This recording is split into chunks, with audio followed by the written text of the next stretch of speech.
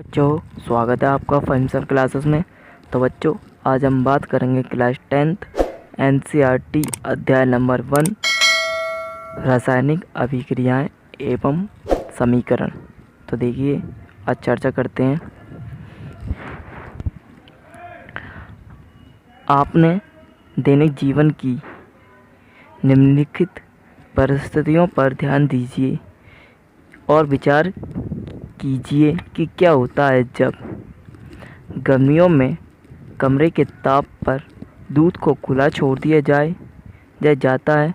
Number 2, लोहे का तवा तसला कील को आर्द्रमान नमी वायुमंडल में खुला छोड़ दिया जाता है। नंबर 3, अंगूर का किण्वन यानी अंगूर सड़ जाता है।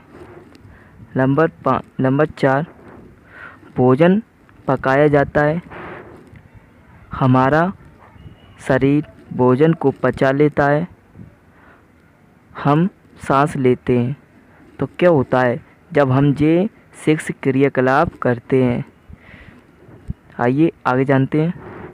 इन सभी परिस्थितियों में प्रारंभिक वस्तु की प्रकृति तथा पहचान कुछ न कुछ बदल जाती है। तो इनकी जो प्रारंभ में जैसी थी, ये अंतिम में बाद में वैसी नहीं रहेंगी। पदार्थ के भौतिक तथा रासायनिक परिवर्तनों के बारे में हम पिछली कक्षाओं में पढ़ चुके हैं।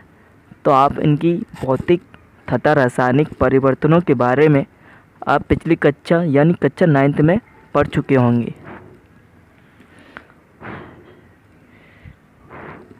जब कोई रासायनिक परिवर्तन होता है तो हम कह सकते हैं, यानी जब कोई इसमें रासायनिक परिवर्तन होता है तो हम कह सकते हैं कि एक रासायनिक अभिक्रिया हुई है।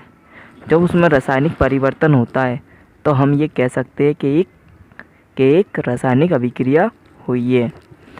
आप शायद सोच रहे होंगे कि रासायनिक अभिक्रिया का वास्तविक अर्थ क्या है, और आपके दिमाग में शायद ये चल रहा होगा कि रासायनिक अभिक्रिया का वास्तविक अर्थ है क्या।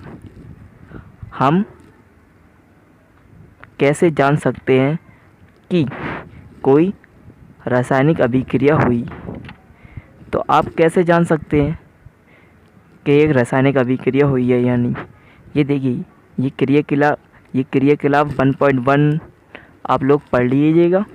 तो देखिए, आप लोग कैसे पहचान सकते हो, ये पढ़ लो। हम आपको ये बता रहे हैं आप कैसे पहचान सकते हैं कि कोई रासायनिक अभिक्रिया हुई है या नहीं। तो आइए पेज पलटते हैं। देखिए, ये क्रियाकलाप आपने देखा होगा कि आप जी जब क्रियाकलाप 1.1 और 1.2 1.3 आप लोग पढ़ लीजिएगा। अगर कोई रासायनिक अभिक्रिया हुई है तो उनमें परिवर्तन ये 4 प्रकार के होते हैं। नंबर 1, अवस्था में परिवर्तन। अवस्था किसे कहते हैं? जैसे मान लीजिए कोई सॉलिड है, कोई सॉलिड बर्फ है, वो पानी में पिघल जाए तो एक रासायनिक अभिक्रिया हुई है। या द्रव में, लिक्विड में वो सॉलिड हो जाए तब भी हम कह सकते हैं एक रासायनिक अभिक्रिया हुई है। नंबर 2, रंग में परिवर्तन। अगर उसके रंग में परिवर्तन यानी चेंज आता है तब भी आप ये कह सकते हैं कि एक रासायनिक अभिक्रिया हुई है। ठीक। नंबर 3, गैस का निकास। तो गैस का निकास यानी गैस का निकलना या उत्सर्जन, एक ही बात है, निकलना या उत्सर्जन। तो गैस जब भी कोई रिलीज़ होती है या गैस का उत्सर्जन होता है तब भी हम ये कह सकते हैं एक रासायनिक अभिक्रिया हुई है। नंबर 4, ताप में परिवर्तन। अगर उसके ताप में चेंजेस यानी बदलाव आएगा तब भी हम ये कह सकते हैं एक रासायनिक अभिक्रिया हुई है। तो स्टूडेंट, आप ये कैसे पता कर सकते हैं कि एक रासायनिक अभिक्रिया हुई है? तो रिपीट करते हैं।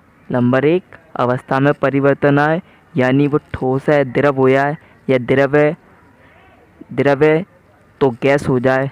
नंबर 1, अवस्था में परिवर्तन। नंबर 2, रंग में परिवर्तन। तो रंग में परिवर्तन, मान लीजिए उसके रंग लाल था पहले, बाद में रासायनिक अभिक्रिया हुई तो उसका रंग चेंज यानी हरा हो गया, तभी हम कह सकते हैं एक रासायनिक अभिक्रिया हुई है। नंबर 3, गैस का निकास या उत्सर्जन। तो रासायनिक अभिक्रिया हुई है किसी गैस का निकलना या उत्सर्जन होना, उससे भी पता चलता है कि एक रासायनिक अभिक्रिया हुई है। तापमान में परिवर्तन। तो तापमान में परिवर्तन होगा तब भी हम ये कह सकते हैं कि एक रासायनिक अभिक्रिया हुई है। ठीक, अब देखो, अब जानते हैं कुछ इम्पोर्टेंट के बारे में। इम्पोर्टेंट तो सभी है, लेकिन हम जानते हैं जब कोई 2 या 2 से अधिक तत्व रासायनिक अभिक्रिया में रासायनिक अभिक्रिया में भाग लेते हैं, क्या लेते हैं? भाग लेते हैं, तो ऐसे तत्वों को अभिकारक कहते हैं। तो देखिए, अभिकारक किसे कहते हैं? जब कोई 2 या 2 से अधिक तत्व रासायनिक अभिक्रिया में मैं लगा लेना स्टूडेंट, ठीक है? मेरी राइटिंग थोड़ी गंदी है, आप लोग अच्छे से लिखना। रासायनिक अभिक्रिया में भाग लेते हैं तो ऐसे तत्वों को अभिकारक कहते हैं। क्या कहते हैं? अभिकारक। क्या कहते हैं बच्चों? अभिकारक। देखिए अब नीचे, अब है आपका उत्पाद, हेडिंग उत्पाद। जब 2 या 2 से अधिक अभिकारक मिलकर एक या अधिक पदार्थों का, यहाँ पे आप लोग या लगा लेना, या अधिक पदार्थों का निर्माण करते हैं, उत्पाद कहते हैं। क्या कहते हैं उसे? उत्पाद। क्या कहते हैं बच्चों? उत्पाद कहते हैं। देखिए, मैग्नीशियम प्लस ऑक्सीजन, ये आपके क्या है? अभिकारक। देखिए, जब 2 या 2 से अधिक तत्व, तो देखिए ये अभिकारक हैं। इनसे जो नया पदार्थ बना मैग्नीशियम ऑक्साइड, इसे उत्पाद कहते हैं। जो हमने वाक्य के रूप में लिया है, यानी वाक्य के रूप में, संकेतों में के रूप में नहीं लिया, किसके रूप में लिया है? वाक्य के रूप में। ठीक है, अब देखिए इन्हें संकेत के रूप में कुछ इस प्रकार से, Mg आपका मैग्नीशियम है। क्या है? Mg आपका मैग्नीशियम प्लस ऑक्सीजन। ऑक्सीजन हमने 2 क्यों लिए हैं? क्योंकि कोई भी गैस जो होती है वो 2 ही कणों में होती है। Give to MgO। क्या ये? MgO। तो देखिए, पहले कुछ संकेतों के बारे में जानते हैं, बाद में आगे बढ़ते हैं। देखिए, कुछ संकेत अच्छे से समझते रहिए। देखिए, ये आपका हाइड्रोजन है, हाइड्रोजन, ये आपका H है, H पे प्लस आयन होता है, इसे हाइड्रोजन कहते हैं। क्या कहते हैं? हाइड्रोजन। ये आपका लिथियम है, लिथियम यानी Li, इसका संकेत होता है Li, इस पर प्लस का आवेश, +1 आवेश है, इसे लिथियम कहते हैं। ये क्या है? आपका Na, इस पर भी प्लस आवेश है, प्लस का 1 आवेश है, इसे सोडियम कहते हैं। क्या कहते हैं? सोडियम। देखिए, ये आपका K है, इस पर प्लस आवेश है, +1, इसे पोटेशियम कहते हैं। ये आपका Rb है, इस पर प्लस आवेश है, इसे रूबिडियम कहते हैं। क्या कहते हैं? रूबिडियम। ये आपका CS है, इस पर भी प्लस आवेश है, इसे सीजियम कहते हैं। क्या कहते हैं? सीजियम। देखिए, ये आपका F है, इस पर माइनस का 1 आवेश होता है, इसे फ्लोरीन कहते हैं। ये भी आपकी गैस हैं, गैस। गैस होता है तो आपके ये वाले नाम होते हैं, अगर सॉलिड में होता है तो आपके ये वाले नाम काम करते हैं। तो देखिए ये आपका क्या है, ये आपका F है। F-1 आवेश होता है, इसे फ्लोरीन कहते हैं। अगर सॉलिड में होता है तो फ्लोराइड, क्या कहते हैं, फ्लोराइड। ये आपका Cl है, ये आपका क्या है, Cl, इस पर भी माइनस का आवेश होता है, इसे क्लोरीन। सॉलिड में होता है तो क्लोराइड, क्या कहते हैं, क्लोराइड। ये आपका Br है, Br पे भी माइनस का 1 आवेश होता है, इसे ब्रोमीन कहते हैं, या इसका पूरा नाम ब्रोमीन होता है। सॉलिड में होता है तो ब्रोमाइड। जो आपका I है, इस पर भी माइनस का 1 आवेश होता है, इसे आयोडीन कहते हैं। सॉलिड में होता है तो आयोडाइड, क्या कहते हैं, आयोडाइड। अब देखिए माइनस के प्लस के 2 आवेश के बारे में जानते हैं। ये आपका Be है, क्या ये आपका Be, इसका प्लस के 2 आयन होते हैं, इसे बेरिलियम कहते हैं, क्या कहते हैं, बेरिलियम। ये आपका Mg है, Mg पर प्लस 2 आवेश होते हैं, ये आयन होते हैं, इस पर इसका नाम मैग्नीशियम है। क्या इसका नाम, मैग्नीशियम। ध्यान दीजिए, Mg प्लस 2 आयन, मैग्नीशियम, इसका नाम है मैग्नीशियम। ये आपका Ca है, Ca, इस पर भी प्लस 2 आयन होते हैं, इसे कैल्शियम कहते हैं, क्या कहते हैं, कैल्शियम। ये आपका Sr है, इस पर भी प्लस 2 आयन होते हैं, इसे स्कैंडियम कहते हैं, क्या कहते हैं, स्कैंडियम। ये आपका Ba है, Ba, इस पर भी प्लस 2 आयन होते हैं, इसे बैरियम कहते हैं, क्या कहते हैं, बैरियम। ये आपका Ra है, इस पर भी प्लस 2 आयन होते हैं, इसे रेडियम कहते हैं, क्या कहते हैं, रेडियम। ये आपका Zn है, क्या ये आपका Zn, इस पर भी प्लस 2 आयन होते हैं, इसे जिंक या जस्ता कहते हैं, इसे जिंक या जस्ता कहते हैं, क्या कहते हैं, जस्ता। ये आपका Cu है, इस पर भी प्लस 2 आयन होते हैं, इसे कॉपर कहते हैं, क्या कहते हैं, कॉपर। देखिए ये आपका ऑक्सीजन है, ये आपका O है, इस पर माइनस 2 आयन होते हैं, इसे ऑक्सीजन कहते हैं, क्या कहते हैं, ऑक्सीजन। ये आपका S है, इस पर भी माइनस 2 आयन होते हैं, इसे सल्फ़र कहते हैं, क्या कहते हैं, सल्फ़र। अब देखिए ये आपके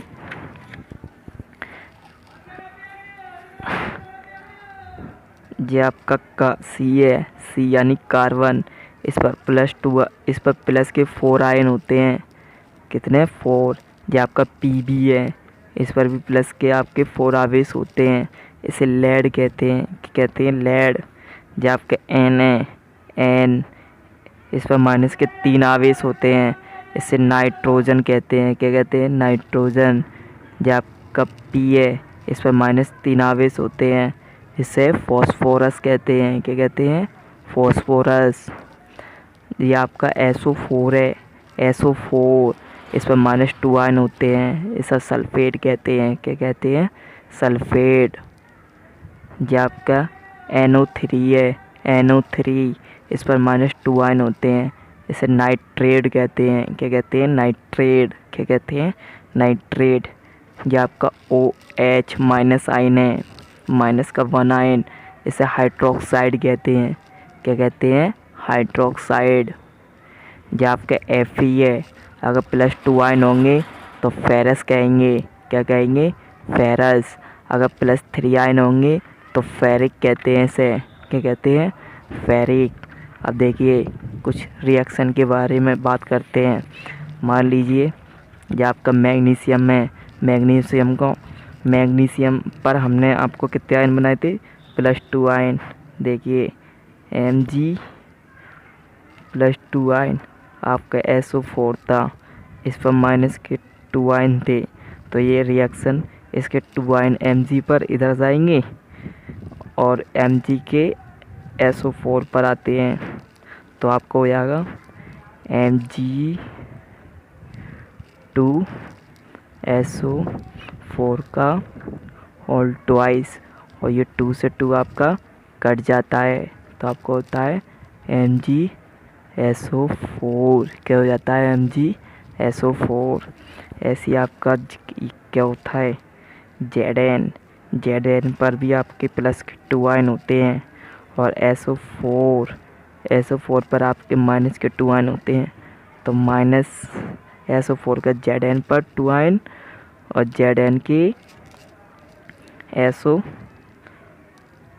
पर, तो आपका क्या हो जाएगा, Zn2SO4 का होल ट्वाइस। ये देखिए 2 आयन है इसलिए ये कट जाते हैं, तो आपका क्या हो जाएगा, ZnSO4। देखिए ये आपका हाइड्रोजन है, इस पर माइनस प्लस का 1 आवेश होता है। जो आपका नाइट्रोजन है, इस पर हमने माइनस के 3 आवेश बताए थे। तो इसके आयन हाइड्रोजन पर नाइट्रोजन के नाइट्रोजन पर, तो ये 3 इसका 1 है। तो आपका क्या हो जाएगा,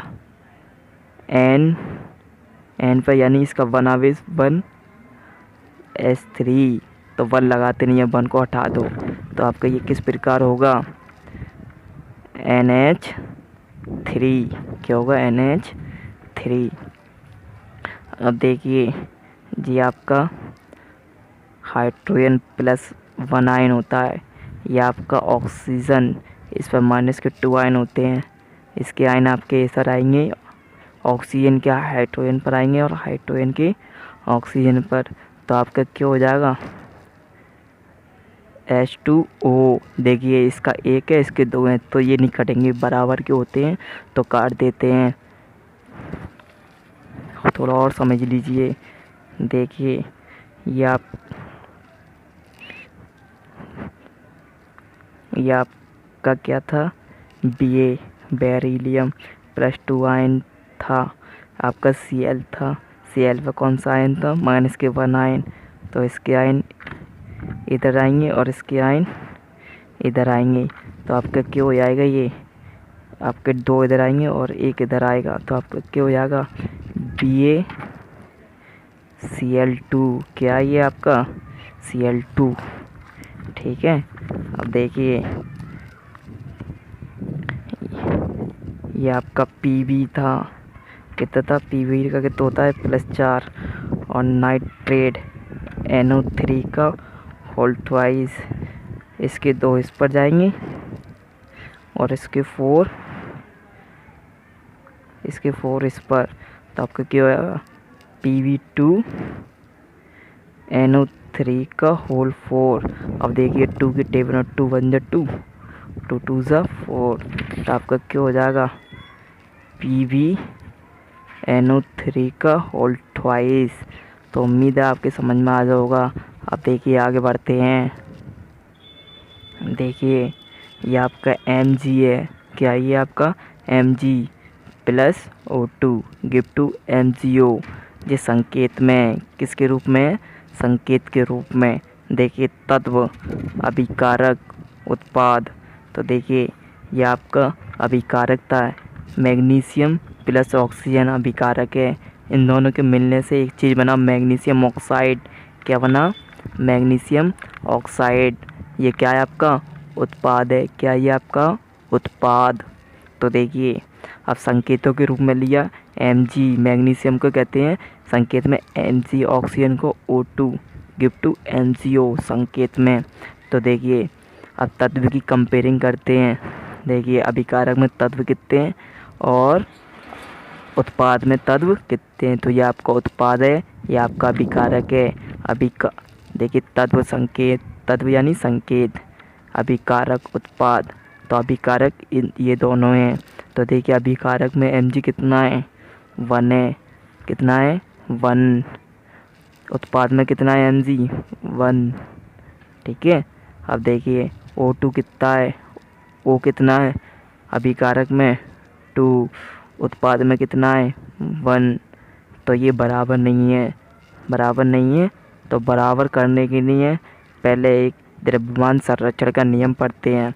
तो देखिए द्रव्यमान संरक्षण का नियम क्या कहते हैं इसे, द्रव्यमान संरक्षण का नियम क्या कहते हैं बच्चों से, द्रव्यमान संरक्षण का नियम। तो द्रव्यमान संरक्षण का नियम पहले पढ़ते हैं फिर समझते हैं। द्रव्यमान संरक्षण का नियम, किसी भी रासायनिक अभिक्रिया में द्रव्यमान का ना तो निर्माण होता है और ना ही विनाश। तो किसी भी रासायनिक अभिक्रिया में द्रव्यमान का ना तो निर्माण होता है, ना ही द्रव्यमान बनाया जा सकता है, ना ही उसका विनाश किया जा सकता है। अर्थात मतलब किसी भी रासायनिक अभिक्रिया के उत्पाद तत्वों का कुल द्रव्यमान अभिकारक तत्वों के कुल द्रव्यमान के बराबर होता है। यानी जितने तत्व अभिकारक में होंगे उतने ही तत्व किस में होंगे, उत्पाद में होंगे। अगर ये नियम बराबर है तो हमारा समीकरण सही है। तो देखिए, इससे पहले कि हमने mg वाला O2 लिया था, अभिकारक में द्रव्यमान संरक्षण के नियम से हमें ये मालूम होता है, उसने कहा था जितने तत्व अभिकारक में होंगे उतने ही तत्व उत्पाद में भी होने चाहिए। तो द्रव्यमान संरक्षण का नियम का पालन करता है, अगर नहीं करता तो द्रव्यमान संरक्षण का नियम का पालन नहीं करता। तो देखिए mg कितना था अभिकारक में 1, उत्पाद में कितना 1, लेकिन O कितने थे 2 और उत्पाद में कितने हैं 1। तो ये द्रव्यमान संरक्षण का नियम का पालन नहीं करता है। तो इसके लिए आगे समझते हैं। तो अगला समीकरण लेते हैं और उसमें पता लगाते हैं कि द्रव्यमान संरक्षण के नियम का पालन करता है या नहीं। तो देखिए, शब्द समीकरण को इस प्रकार दर्शाया जा सकता है। जिंक का संकेत क्या होता है Zn, सल्फ्यूरिक अम्ल प्लस सल्फ्यूरिक अम्ल, ये आपके क्या है अभिकारक। तो बनता है हमारा गिफ्ट उत्पाद में जिंक सल्फेट और हाइड्रोजन गैस आपकी क्या हो जाती है रिलीज। इस शब्द समीकरण को रासायनिक समीकरण से दर्शाया जा सकता है। तो देखिए, जिंक का हमने ले लिया Zn, के ले लिया है Zn plus H2SO4 gift 2, zinc sulphate plus hydrogen gas release हो गई। क्या हो गई रिलीज़। आइए तीर के निशान के दोनों ओर के तत्वों की तुलना करें। क्या करते हैं, तुलना करते हैं। तो देखिए, अभिकारक, ये आपका अभिकारक है, ये आपका उत्पाद है। अभिकारक में Zn कितना है 1, इसमें कितना है उत्पाद में अभिकारक कितना है, उत्पाद में भी आपका 1 है। हाइड्रोजन कितने हैं इसमें अभिकारक में हमारे 2, तो 2। इसमें कितने हैं उत्पाद में, देखिए इधर भी 2 हैं, तो आपके ये 2। सल्फ़र कितने हैं आपका 1, अभिकारक में सल्फ़र कितना है 1, तो 1 लिख दीजिए अभिकारक में। उत्पाद में कितना सल्फ़र, उत्पाद में भी आपका 1। ऑक्सीजन कितने अभिकारक में आपके 4, O4, तो आपके ये 4। उत्पाद में कितने हैं ऑक्सीजन, उत्पाद में भी आपके 4 हैं। कितने हैं 4। तो ये देखिए, अभिकारक और उत्पाद में सब बराबर हैं, यानी Zn भी बराबर है, हाइड्रोजन भी आपका बराबर है, सल्फ़र भी आपका बराबर है और आपका ऑक्सीजन भी क्या है आपका बराबर। तो ये क्या है, द्रव्यमान संरक्षण का नियम का पालन करता है। क्या करता है, पालन। अब आइए हम निम्न रासायनिक समीकरण को संतुलित करने का प्रयास करें। तो देखिए, ये आपका रासायनिक समीकरण को संतुलित करने का हम क्या करते हैं प्रयास। ये आपके क्या है Fe प्लस H2O गिफ्ट टू Fe3O4 प्लस H2O। तो इसको हमने पहले से ही किस में बंद कर लिया है, बॉक्स में। देखिए, पहले इसकी कंपेयरिंग करते हैं, यानी तुलना। अभिकारक में कितना है आपका Fe1 है, कितना है 1। उत्पाद में कितना है आपका 3, कितना है 3, कितना है आपका 3 है।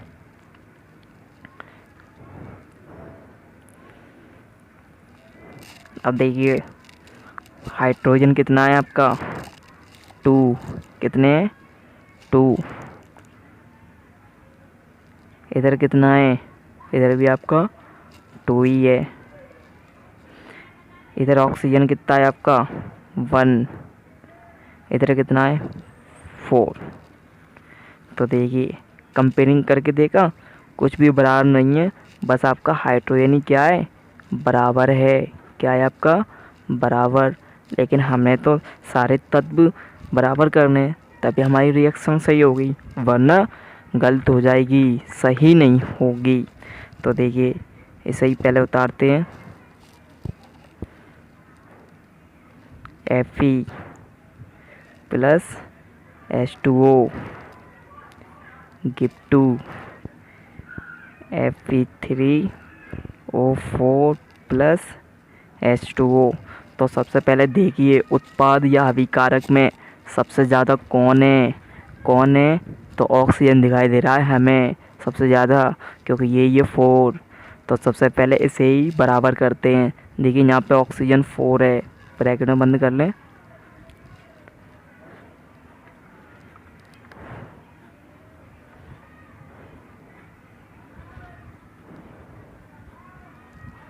तो देखिए यहाँ पे ऑक्सीजन 4 है, यहाँ 4 करने के लिए कितने का मल्टीप्लाई करें, कितने गुणा करें 4 का, क्योंकि ये 4 हाइड्रोजन की नहीं है भी और ऑक्सीजन की नहीं है भी। अब कंपेयरिंग करते हैं, ये आपका क्या है Fe यानी तुलना, ये आपका क्या है हाइड्रोजन तत्व, फिर क्या है आपका ऑक्सीजन। तो देखिए Fe कितना है, Fe अभिकारक में 1 है, उत्पाद में कितना है हमारा 3। फिर देखिए हाइड्रोजन कितना है आपका 4 दूनी 8, यहाँ पर कितना है, यहाँ पर देखिए कितना है 2। उत्पाद में आपका ऑक्सीजन कितना है 4, 4, यहाँ पे कितना है हमारा 4, कितना है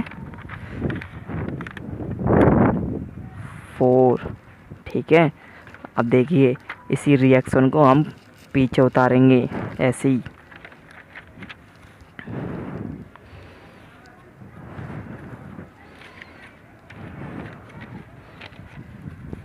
तो हमने पहले Fe था हमारा, फिर क्या था 4H2O, फिर हमारा था गिव टू का निशान Fe3O4 गिव टू H2। इसे बॉक्स में बंद कर लीजिए, यहाँ पर भी क्या कर लिया, बॉक्स में बंद कर लिया है। एक बॉक्स और बना लीजिए इधर ही।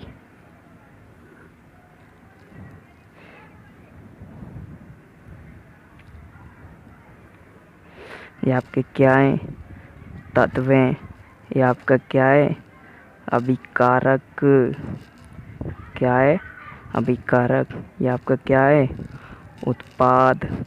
तो देखिए संकेत Fe हाइड्रोजन ऑक्सीजन, ठीक है। अब देखिए हमारे ऑक्सीजन तो कंप्लीट हो गए, इधर भी 4 और यहाँ पर भी 4 हो गए।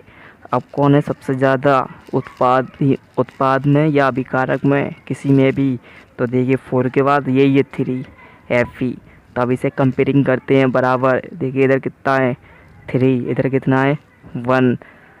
तो 3 करने के लिए इधर कितने गुणा करें Fe में अभिकारक में 3 का। तो देखिए 3। अब आपके अभिकारक में Fe कितने हो गए 3, इधर भी कितने हैं 3, ठीक। अब देखिए हाइड्रोजन कितने हैं आपके 4 दूनी 8 हैं, कितने 8, इधर कितने 2। ऑक्सीजन कितने हैं 4 हैं आपके, कितने 4, इधर कितने आपके ऑक्सीजन, इधर भी आपके 4 ही हैं, ठीक। अब आपका कंडीशन नंबर 3 है। देखिए अब इस अभिक्रिया को, अब इसमें क्या रह गया बराबर करने के लिए, आपका हाइड्रोजन रह गया है, क्या रह गया है हाइड्रोजन, क्योंकि हाइड्रोजन अभिकारक में 8 हैं लेकिन उत्पाद में आपके 2 हैं। तो इसे ही करते हैं। देखिए वो वाली रिएक्शन ये वाली रिएक्शन नीचे ऐसे इस टाइम में उतारते हैं। Fe3 बॉक्स में बंद कर देना। फिर आपका है 4H2O बॉक्स में बंद कर देना इसे भी।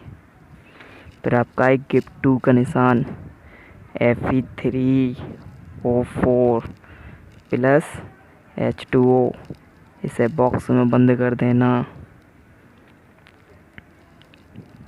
कर दिया बॉक्स में बंद। अब देखिए हाइड्रोजन इधर कितने हैं, 2। इधर कितने हैं, 4 दूनी 8। कितने, इस 2 का गुणा इस 4 में कीजिएगा तो 4 दूनी 8। इधर कितने हैं, 2। तो इधर कितने गुणा करते हैं, 4 का। तो देखिए 4 का गुणा कर दिया हमने। इधर भी कितने हो गए, 4 दूनी 8। तो देखिए तत्व इस Fe, फिर आपका हाइड्रोजन, फिर आपका ऑक्सीजन। उत्पाद में Fe कितने, अभिकारक में कितने हैं, अभिकारक में Fe कितने हैं, देखिए ये Fe है। Fe कितने हैं, 3। उत्पाद में कितने हैं, 3। हाइड्रोजन कितने हैं आपके, 4 दूनी 8। इधर भी कितने हैं, 4 दूनी 8। इधर कितने हैं, ऑक्सीजन 4 यानी 4। उत्पाद में कितने हैं आपके, 4।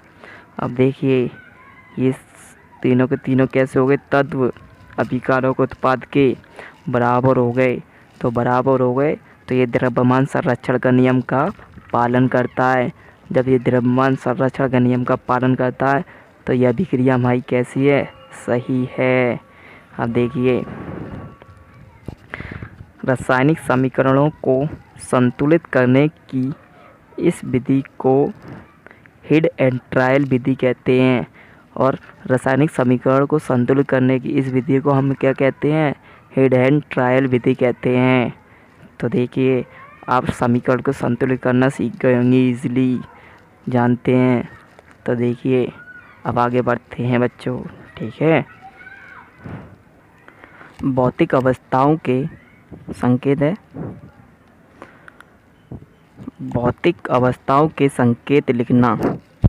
अभिकारकों तथा उत्पादकों के गैस, द्रव, जलीय तथा ठोस अवस्थाओं को क्रम से, गैस होता है तो गैस के लिए G यानी गैस, द्रव होता है तो L यानी लिक्विड, जलीय होता है तो एक्वाविलियन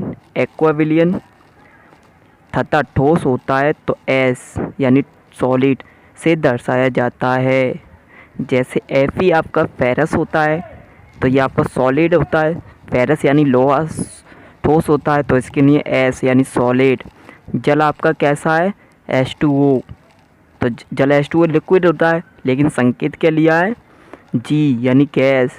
तो गैस क्यों ली है, क्योंकि जल को हमने भाप के रूप में प्रयोग किया है। Gift2 FeO4, क्या ये FeO4 है ये। तो ये आपका FeO4 आपका सॉलिड होता है, क्या होता है, सॉलिड, प्लस 4H2O गैस है तो इसलिए G का प्रयोग किया गया है। कभी कभी अभिक्रियाओं की परिस्थितियाँ जैसे कि ताप, दाब, उत्प्रेरक आदि को भी तीर के नीचे, देखिए ये तीर है, इसके नीचे या इसको ऊपर दर्शाया जा सकता है। तो देखिए ताप, दाब को तीर के नीचे या तीर के ऊपर भी लिखा जा सकता है। तो देखिए ये आपका कार्बन मोनोऑक्साइड CO जी गैस होती है। फिर आपकी प्लस 2H2O ये भी आपकी गैस है। तो बैलेंस करने के लिए यहाँ पे H को हमने 4 कर लिया है, क्योंकि गैस जो होता है वह ऐसे भाग लेती है H2। तो इसका क्या बना, CH3OH बना है, लिक्विड है। तो यहाँ पे CH3 H3 और O, H इधर 3 है और इधर कितने हैं आपके 1, तो कितने हो गए 4। इसलिए इधर 4 करने के लिए इसको 2 का मल्टीप्लाई किया है, 2 2 जा 4 या 2 दूनी 4। तो देखिए ये क्या है आपका दाब, वायुमंडल दाब, ATM होता है वो वायुमंडल दाब होता है, कितना है 340। देखिए अब आपकी अभिक्रिया 6CO2 एक्वाविलियन है, 12H2O लिक्विड है। ये क्या है? सूरज प्लस प्रकाश, नीचे आपका क्लोरोफिल। तो आपके क्या बना है? C6H12O6 एक्वाविलियन, ये ग्लूकोज होता है। C6H12O6 ये आपका ग्लूकोज होता है, प्लस 6H2O ये आपका क्या है? 6H2O ऑक्सीजन, प्लस 6H2O ये आपका क्या है? जल, लिक्विड के रूप में क्या किया है? रिलीज़ किया है। तो ये भौतिक अवस्थाओं के संकेत को तीर के नीचे या तीर के ऊपर लिखा जा सकता है। उत्प्रेरक को, भौतिक अवस्थाओं के संकेत को ये ऐसे लिखते हैं ठोस, द्रव, गैस के रूप में, और ताप, दाब आदि को किस में दर्शाते हैं? तीर के ऊपर या तीर के नीचे। रासायनिक अभिक्रियाओं के प्रकार कक्षा 9th में हम अध्ययन कर चुके हैं कि रासायनिक अभिक्रियाओं के समय किसी एक तत्व के परमाणु दूसरे तत्व के परमाणु में नहीं बदलता। ना तो कोई परमाणु मिश्रण से बाहर जाता है और ना ही बाहर से मिश्रण में आता है। वास्तव में ना तो कोई परमाणु अंदर आ सकता है मिश्रण में, ना ही मिश्रण से बाहर जा सकता है। वास्तव में किसी रासायनिक अभिक्रिया में परमाणुओं के आपसी आबंध के टूटने एवं जुड़ने से नए पदार्थ का निर्माण होता है। देखिए, दोबारा से समझिए। वास्तव में किसी रासायनिक अभिक्रिया के परमाणु के आपसी आबंध के टूटने एवं जुड़ने से नए पदार्थ का निर्माण होता है। तो बंध टूटने और जुड़ने से एक नए पदार्थ का निर्माण होता है। परमाणुओं के बीच विभिन्न प्रकार के आबंध के बारे में आप अध्याय 3 तथा 4 में अध्ययन करेंगे। तो अध्याय नंबर किस में? परमाणु के टूटने एवं जुड़ने का किस में अध्ययन करेंगे आप लोग? अध्याय नंबर 3, अध्याय नंबर 4। लेकिन हम अभी पढ़ कौन से रहे हैं? अध्याय नंबर 1। देखिए, संयोजन अभिक्रिया क्या है आपका? संयोजन अभिक्रिया। तो संयोजन अभिक्रिया कुछ इस प्रकार है। ऐसी अभिक्रिया जिसमें दो या दो से अधिक अभिकारक मिलकर केवल एक उत्पाद का निर्माण करते हैं, उसे संयोजन अभिक्रिया कहते हैं। क्या कहते हैं? संयोजन अभिक्रिया। केवल एक उत्पाद का निर्माण करेंगे तो संयोजन अभिक्रिया कहलाती है। जैसे ये CaO आपका सॉलिड है, H2O लिक्विड है। CaO को क्या कहते हैं? बिना बुझा हुआ चूना। ये आपका जल है, Gift2। जब बिना बुझा हुआ चूना है, इसे जल मिला देंगे तो बिना बुझा वो क्या हो जाएगा? बुझ जाएगा। तो बुझा हुआ चूना CaOH का होल ट्वाइस प्लस ऊष्मा। तो देखिए, ये क्या होता है? बिना बुझा चूना। जब बिना बुझे चूने को हम पानी में डाल देते हैं, यानी कलई को हम जब पानी में डाल देते हैं तो चूना तो बुझ जाता है और ऊष्मा भी उसमें क्या होती है? रिलीज़ हो जाती है, यानी मुक्त होती है। तो देखिए, आइए संयोजन अभिक्रिया के कुछ और उदाहरणों पर चर्चा करते हैं। जैसे कोयले का दहन। कोयला आपका क्या होता है? कार्बन, और कार्बन का संकेत आपका क्या होता है? C। क्या होता है? C। तो देखिए, कार्बन होता है कोयला, सॉलिड होता है। और कोई भी चीज़ का दहन करते हैं तो ऑक्सीजन में करते हैं। कोई भी चीज़ जलती है तो ऑक्सीजन की उपस्थिति में जलती है। तो देखिए, ये ऑक्सीजन गैस है। जब इसे जलाएंगे ऑक्सीजन की उपस्थिति में तो क्या बनेगा? Carbon dioxide. और कार्बन डाइऑक्साइड आपको क्या है? गैस है। कार्बन डाइऑक्साइड की भौतिक अवस्था क्या है? एक गैस है। अब देखिए, H2 ये क्या है? आपकी गैस। तथा O2 क्या है? ये भी आपकी गैस है। से जल का निर्माण होता है। और जल का समीकरण क्या होता है आपका?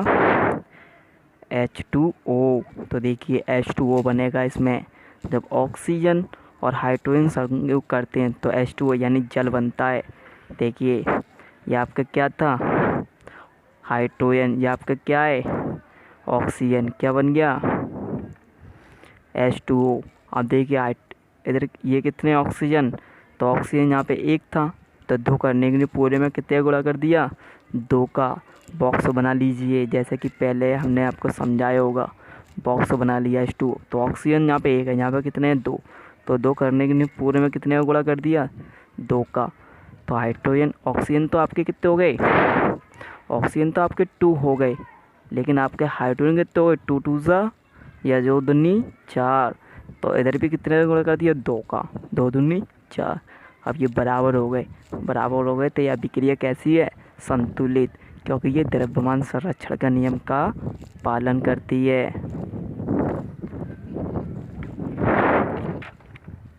अब देखिए ऊष्मक्षेपी अभिक्रिया, देखिए ऊष्मक्षेपी अभिक्रिया, जैसे कि हमने बिना बुझे चूने को पानी में डाल दिया था, तो उसमें से ऊष्मा निकली थी, वो ऊष्मा निकलती है तो उसे कहते हैं ऊष्मक्षेपी अभिक्रिया। तो उसके बारे में ही जानते हैं।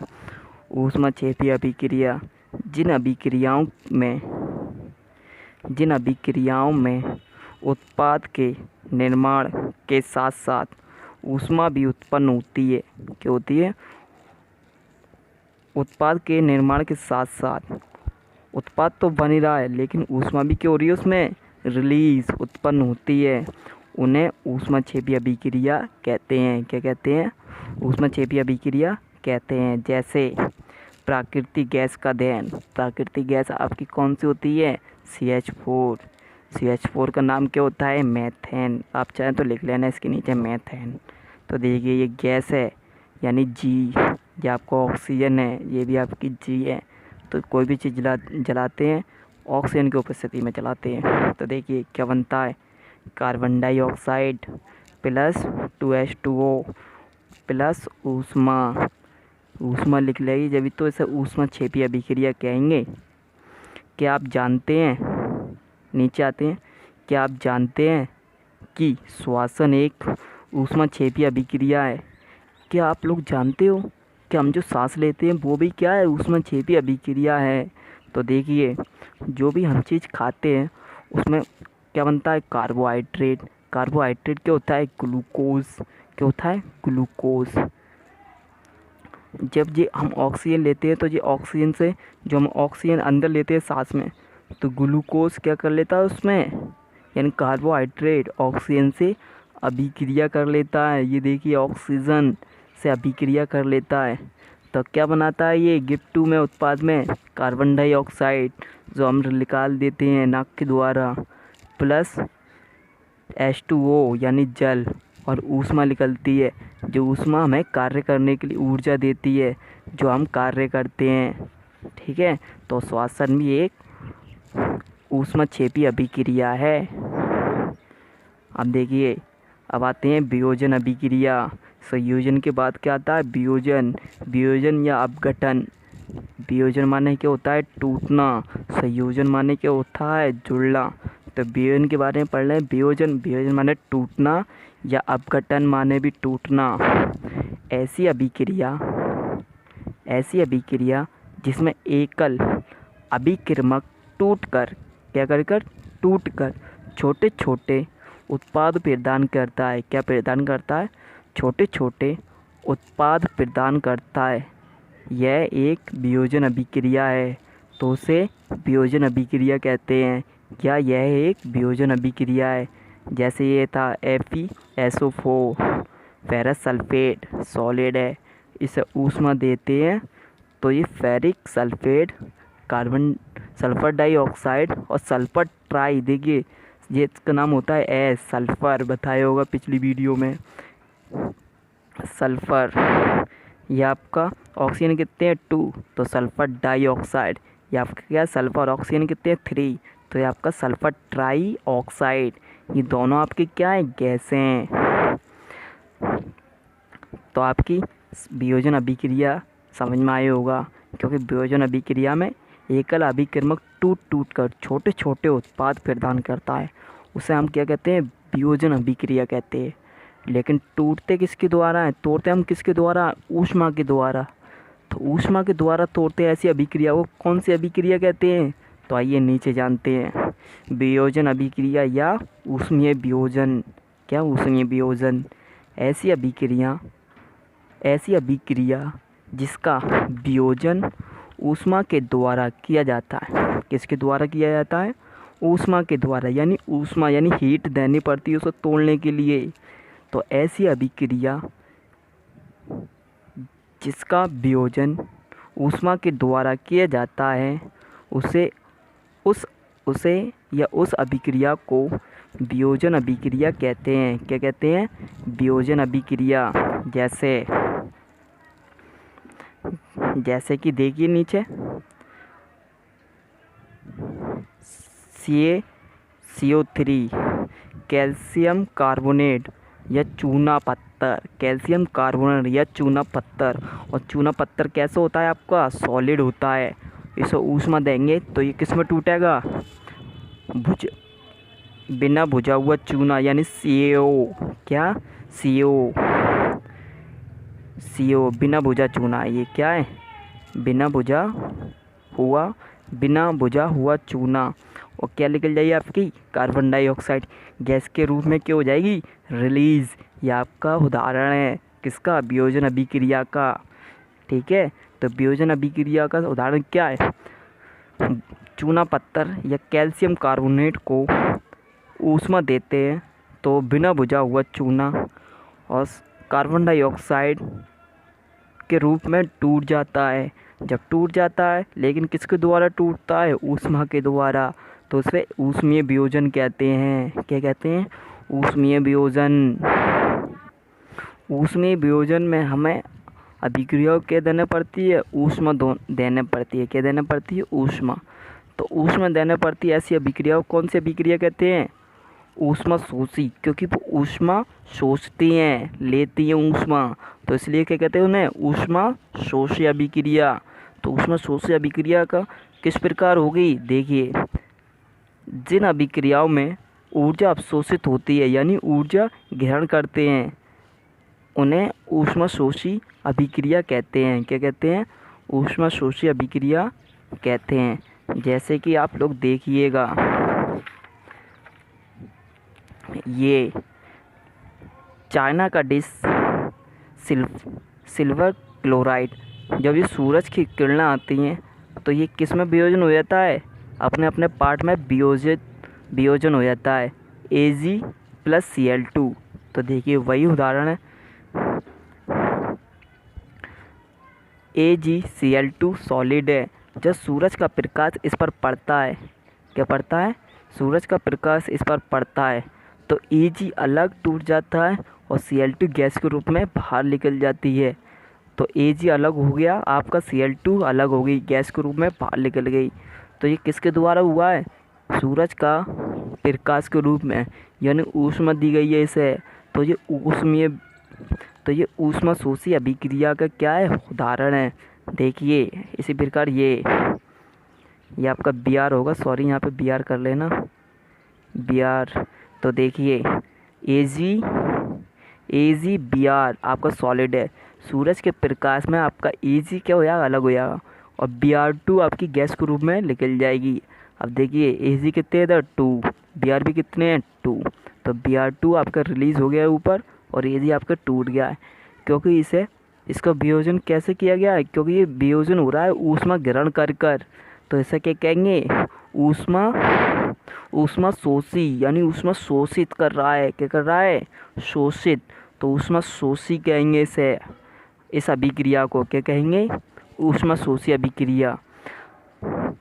तो देखिए अब आगे बढ़ते हैं, विस्थापन अभिक्रिया। विस्थापन अभिक्रिया किसे कहते हैं, ऐसी अभिक्रिया जिसमें अधिक अभिक्रियाशील वाला तत्व कम क्रियाशील वाले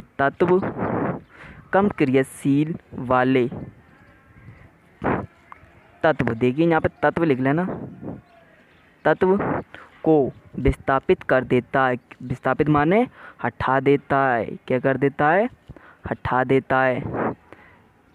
इस अभिक्रिया को विस्थापन अभिक्रिया कहते हैं। क्या कहते हैं?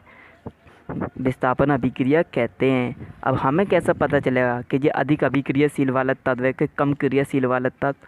तो इसके लिए हमने एक टेबल बनाई है काफ़ी खूबसूरत सी, इसे आप लोग देख लें और उसे याद करने का तरीका भी बताया है आसान सा। देखिए, KNaCl Mg Al Zn Fe Pb H, ठीक है, Cu Hg Ag Au। तो देखिए, सबसे अधिक अभिक्रियाशील जो ऊपर के जितने भी आपके हैं, सबसे अधिक अभिक्रियाशील, नीचे आए घटती अभिक्रियाशील, और नीचे आए सबसे नीचे सबसे कम अभिक्रियाशील। देखिए, नीचे आने पर अभिक्रियाशीलता क्या हो रही है? घट रही है। तो देखिए, सबसे ऊपर के, उससे नीचे Na, फिर Ca, फिर Mg की कम अभिक्रियाशीलता किससे? Ca से। ऐसी ऊपर वाले तत्व की अभिक्रियाशील नीचे वाले तत्व से ज़्यादा होगी। क्या होगी? ऊपर वाले तत्व की अभिक्रियाशीलता ज़्यादा हो गई किससे? अपने से नीचे वाले से। तो देखिए, Fe की ज़्यादा है किससे? Pb से। लेकिन Fe की किससे कम है? Zn से। हाइड्रोजन की अभिक्रियाशीलता ज़्यादा है किससे? Cu से। लेकिन Pb से कम है। Hg की अभिक्रियाशीलता ज़्यादा है किससे? Ag से। लेकिन Cu से कम है। Au की अभिक्रियाशीलता कम है किससे? Ag से। ऊपर की अभिक्रियाशीलता ज़्यादा और नीचे की अभिक्रियाशीलता कम होती है किसी तत्व की। अब देखिए, इसे याद करने का तरीका कैसे? काशीनाथ, Ca से का, तो काशीनाथ का माली, Mg से माली, Al से आलू, Zn से जरा, Fe से फीके, Pb से पकाता, H से है, Cu से कौन, Hg से भी है और S से भी है। तो ऐसे कंफ्यूज मत होना। Ag से आगे, Au से आओ। तो देखो, काशीनाथ का माली आलू ज़रा फीके पकाता है। काशीनाथ का माली आलू ज़रा फीके पकाता है। कौन है? आओ, आगे आओ। कौन है? आगे आओ। कौन है? आगे आओ। तो काशीनाथ का माली आलू ज़रा फीके पकाता है। कौन है? आगे आओ। कौन है? आगे आओ। तो देखिए, अभिक्रियाशीलता आपको पता चल गई। यानी ऊपर वाले तत्व की अभिक्रियाशीलता सबसे ज़्यादा, उससे नीचे की उससे कम होती है। तो देखिए, इसमें Fe की अभिक्रियाशीलता Cu देखिए, Cu ये Fe है, तो Fe की ज़्यादा है किससे? Cu से। तो क्या कर देगा Fe? विस्थापन अभिक्रिया की बात कर रहे हैं। Fe क्या कर देगा? Cu को हटा देगा, यानी विस्थापित कर देगा, और कुछ सल्फेट के यहाँ पर आ जाएगा, और Cu क्या हो जाएगा? विस्थापित। ऐसी Zn भी Cu से क्या है? ऊपर है। देखिए, ये Cu है और Zn कहाँ है? जिंक ऊपर। तो Zn भी क्या कर देगा? Cu को विस्थापित कर देगा, यानी Zn आ जाएगा कॉपर की जगह पर और कॉपर Zn की जगह पर, ऐसे। ठीक है। तो देखिए, ZnSO4 प्लस Cu, ये आपका क्या है? सॉलिड है, यह आपका लिक्विड में है। तो विस्थापन अभिक्रिया आपके समझ में आई होगी। कम क्रियाशील वाला तत्व विस्थापित हो जाता है किससे? अपने से ज़्यादा ताकतवर से, जबर से। यानी अधिक क्रियाशील वाला तत्व कम क्रियाशील वाले तत्व को क्या कर देता है? विस्थापित। क्या कर देता है? विस्थापित। तो विस्थापन अभिक्रिया आपके समझ में आई होगी। और आपकी ये टेबल भी।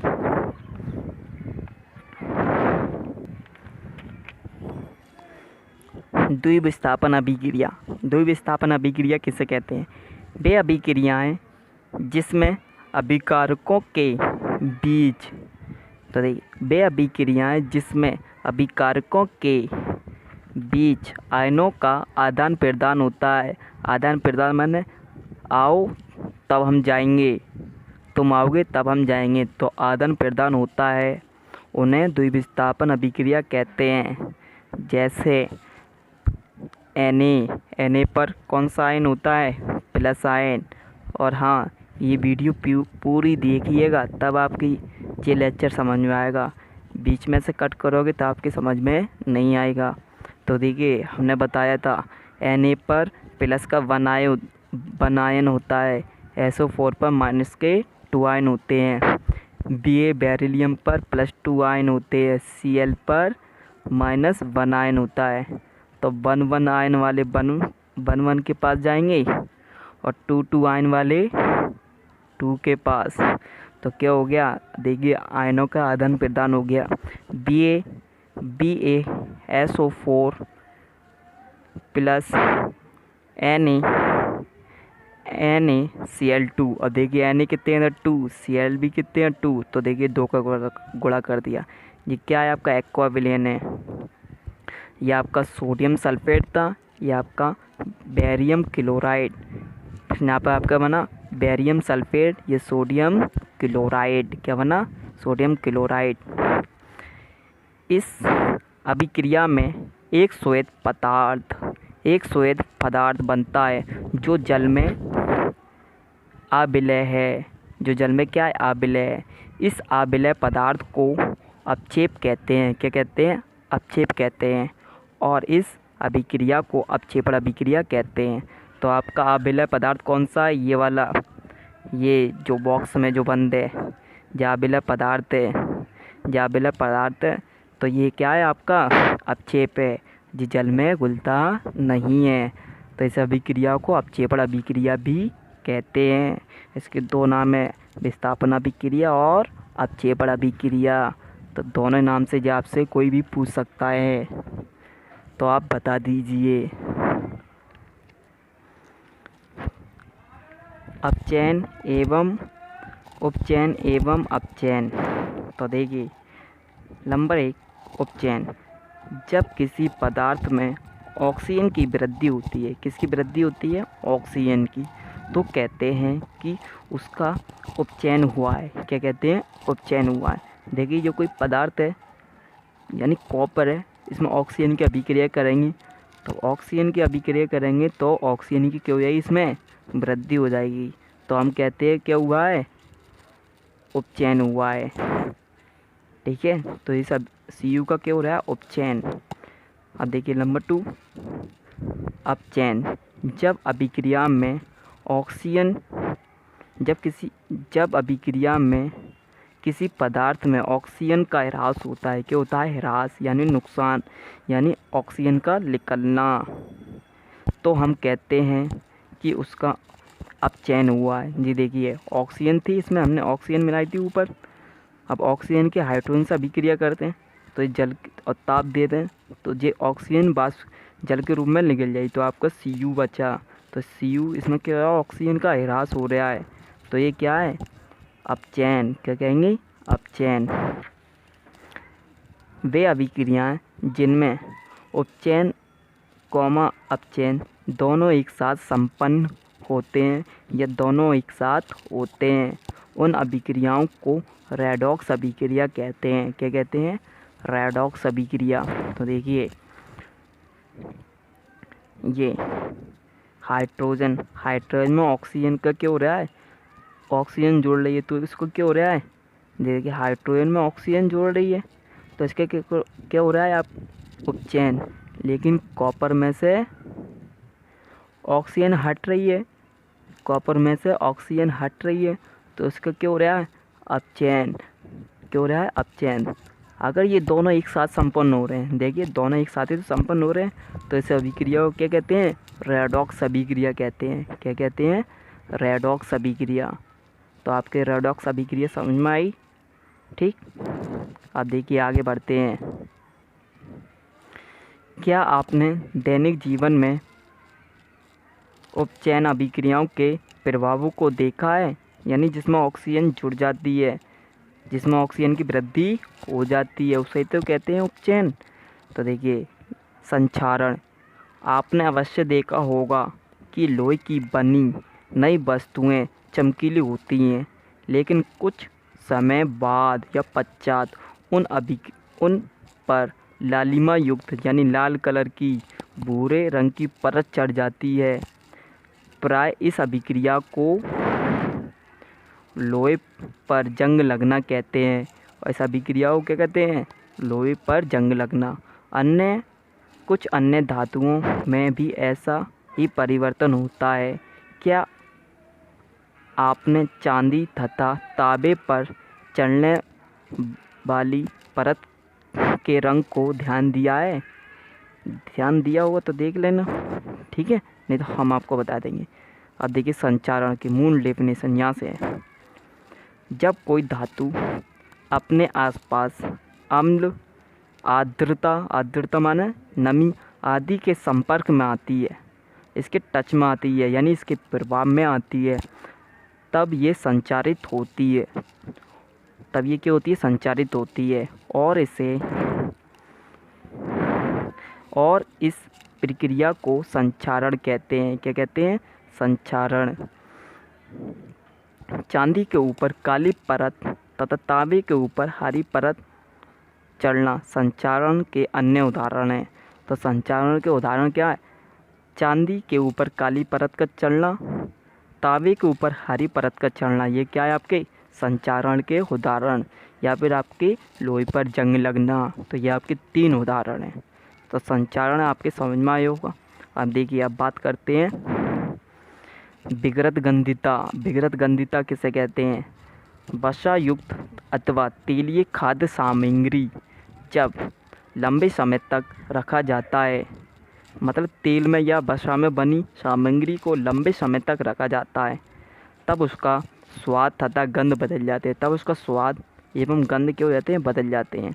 अपचित होने पर तेल एवं वसा विगृत गंधित हो जाते हैं। क्या हो जाते हैं? अपचयित हो जाते हैं, यानी ऑक्सीजन से ये क्या कर लेते हैं? अभिक्रिया कर लेते हैं। तो ये क्या होते हैं? विगृत गंधित हो जाते हैं, यानी इसका स्वाद एवं गंध बदल जाते हैं तथा उनका स्वाद तथा गंध बदल जाते हैं। प्राय तेलीय तथा वसायुक्त खाद्य सामग्रियों में अपचयन मतलब ऑक्सीजन की वृद्धि को रोकने वाले पदार्थ यानी प्रतिऑक्सीकारक मिलाए जाते हैं। वायुरोधी बर्तनों में खाद्य सामग्री रखने से उपचयन की गति को क्या किया जा सकता है? धीमी किया जा सकता है। तो वायुरोधी बर्तनों में खाद्य सामग्री यानी जिसमें वायु ना जा पाए, उसमें रखने पर खाद्य सामग्री उसके उपचयन को क्या किया जा सकता है? धीमा किया जा सकता है, यानी स्लो किया जा सकता है। क्या आप जानते हैं कि चिप्स बनने वाले चिप्स की थैली में ऑक्सीजन हटाकर उसमें नाइट्रोजन जैसे कम सक्रिय गैस से संयुक्त कर देते हैं?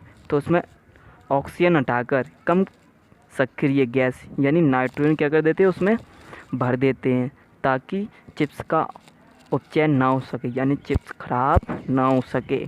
तो उम्मीद करते हैं स्टूडेंट ये आपके चैप्टर समझ में आया होगा।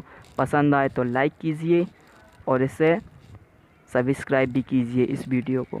Thank you, all the best.